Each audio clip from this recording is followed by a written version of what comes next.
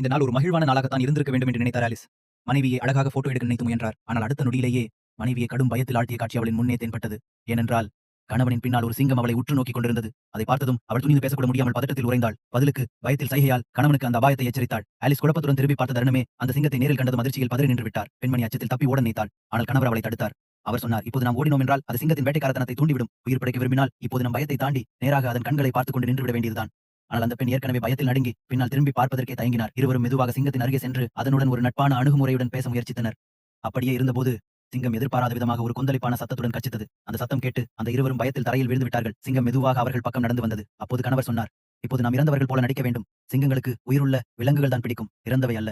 இருவரும் மூச்சை கட்டிக்கொண்டு அசையாமல் இருந்தனர். ஆனால் அடுத்த நொடியிலேயே சிங்கம் நேராக ஆலிஸிடம் வந்தது. அவர் ஒரு அசைவும் செய்யாமல் இருந்தார். சிங்கம் நேராக இருவரின் முன் வந்து அவர்களை கவனமாக பார்க்க தொடங்கியது.